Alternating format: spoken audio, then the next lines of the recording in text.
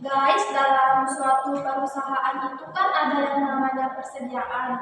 Nah, apa sih persediaan itu? Nah, jadi gini, persediaan itu adalah barang-barang yang dimiliki perusahaan untuk dijual kembali ke dalam modal perusahaan. Yang bagaimana sih itu barang yang dimiliki perusahaan untuk dijual kembali itu contohnya seperti apa sih? Nah, salah satu contohnya yaitu warung tembakau atau warung perusahaan dagang kecil yang dimana menjual berbagai kebutuhan sehari-hari. Nah, contoh kecilnya itu seperti lek mineral, di mana perusahaan membeli barang dari pemasok terus menjualkannya kembali ke konsumen dengan tujuan untuk mendapatkan keuntungan. Oh, jadi dalam perusahaan itu bagaimana sih caranya untuk menghitung harga pokok penjualan itu?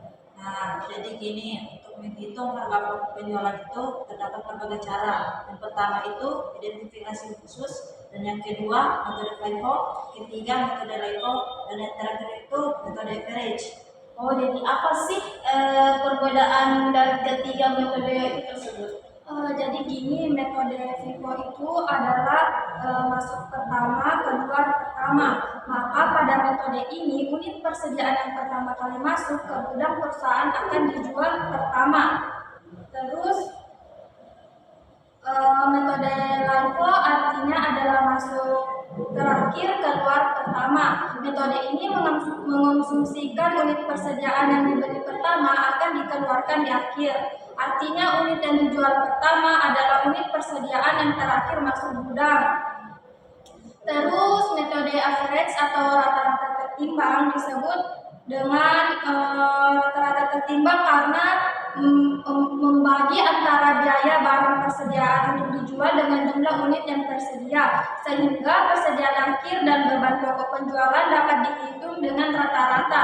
Metode average adalah titik tengah atau perpaduan dari metode FIFO dan LIFO. Oh, jadi gitu ya.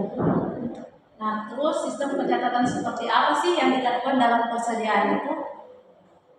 Jadi gini, sistem pencatatan yang dilakukan dalam persediaan itu ada dua. Pertama itu sistem pencatatan perpektual dan sistem pencatatan periodik.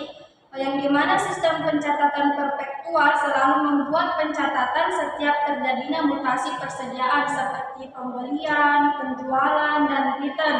Sedangkan sistem periodik yaitu pada akhir periode akuntansi dengan menggunakan sistem pencatatan periodik harus melakukan pengecekan fisik terhadap persediaan dengan cara menghitung jumlah barang yang ada di gudang.